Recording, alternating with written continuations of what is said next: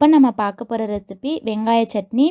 இந்த வெங்காய சட்னி வந்து நம்ம இட்லி தோசைக்கு மட்டும் இல்லாமல் நம்ம பஜ்ஜி, காரப்பனியாரம், வடை இதுக்கெல்லாம் கூட நம்ம இது சைட் டிஷ்ஷாக யூஸ் பண்ணிக்கலாம். ரொம்ப சீக்கிரமாக இது செஞ்சிடலாம். எதுவுமே நம்ம வதக்க வேண்டியதில்லை. நம்ம அப்படியே அரைக்கிறதுனால இது ஈஸியாக நம்ம சீக்கிரமாகவே செஞ்சு முடிச்சிடலாம். இப்போது இதுக்கு தேவையான இன்க்ரீடியன்ஸ் எல்லாம் பார்த்துடலாம். இப்போது இதுக்கு வந்து நான் 5 காஞ்ச மிளகாய் எடுத்திருக்கேன். இது வந்து காஷ்மீரி ரெட் சில்லி. நம்ம வேணும்னா நார்மல் சில்லி கூட நம்ம யூஸ் பண்ணிக்கலாம். கொஞ்சமாக வந்து புளி எடுத்துக்கலாம். அதுக்கு அடுத்ததாக ஒரு அரை கப் அளவுக்கு தேங்காய் வந்து கட் பண்ணி எடுத்திருக்கேன். அதுக்கு அடுத்ததாக 2 வெங்காயம் வந்து பெரிய சைஸாக கட் பண்ணி எடுத்திருக்கேன். இப்போ இது எல்லாத்தையும் அரைச்சிடலாம்.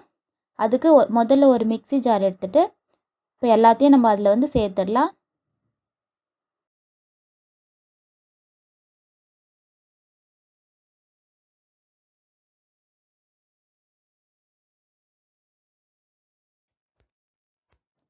அடுத்ததாக இது கூட கொஞ்சமாக தண்ணி சேர்த்துட்டு நம்ம இது நல்லா நைஸாக அரைச்சிட்டு வந்துடலாம். இப்போ அரைச்சிட்டு வந்ததுக்கப்புறமா இதில் தேவையான அளவுக்கு உப்பு சேர்த்துக்கலாம்.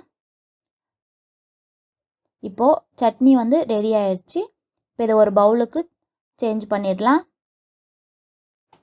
இப்போ அடுத்ததாக இதில் வந்து தாளிப்பு சேர்த்துடலாம். இப்போது ஒரு தாளிப்பு கரண்டியை சூடு பண்ணிவிட்டு அதில் வந்து 2 டீஸ்பூன் அளவுக்கு ஆயில் சேர்த்துடுறேன். சேர்த்துட்டு ஆயில் சூடானதுக்கப்புறமா 1 டீஸ்பூன் வந்து கடுகு சேர்த்துடுறேன். கடுகு நல்லா பொரிஞ்சதுக்கப்புறமா இதில் வந்து கொஞ்சமாக கருவேப்பிலை சேர்த்துக்கலாம். கருவேப்பிலை சேர்க்கும் போது நம்ம ஸ்டவ் ஆஃப் பண்ணிவிட்டு சேர்க்கணும்.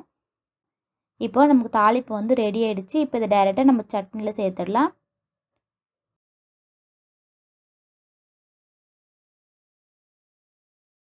இப்போ சேர்த்தாச்சு. அடுத்ததாக டைரெக்டாக நம்ம இது யூஸ் பண்ணிக்கலாம். வெங்காய சட்னி ரெடி ஆகிடுச்சு. கண்டிப்பாக இதை நீங்களும் ட்ரை பண்ணி பாருங்கள். ட்ரை பண்ணி பார்த்துட்டு எப்படி இருந்துச்சுன்னு கமெண்ட் பாக்ஸில் கமெண்ட் பண்ணுங்கள். இந்த வீடியோ பிடிச்சிருந்ததுன்னா லைக் பண்ணுங்கள். உங்கள் ஃப்ரெண்ட்ஸ் எல்லாருக்கும் ஷேர் பண்ணி விடுங்க. மறக்காமல் இந்த வீடியோவுக்கு கீழே இருக்கிற ரெட் கலர் சப்ஸ்கிரைப் பட்டனை இன்னும் ப்ரெஸ் பண்ணாதவங்க மட்டும் ப்ரெஸ் பண்ணி வச்சுக்கோங்க. அப்போ தான் அடுத்து நான் போடுற அப்லோட்ஸ் எல்லாமே உடனே உங்கள் மொபைலுக்கு நோட்டிஃபிகேஷனாக வரும். Okay friends, thanks for watching.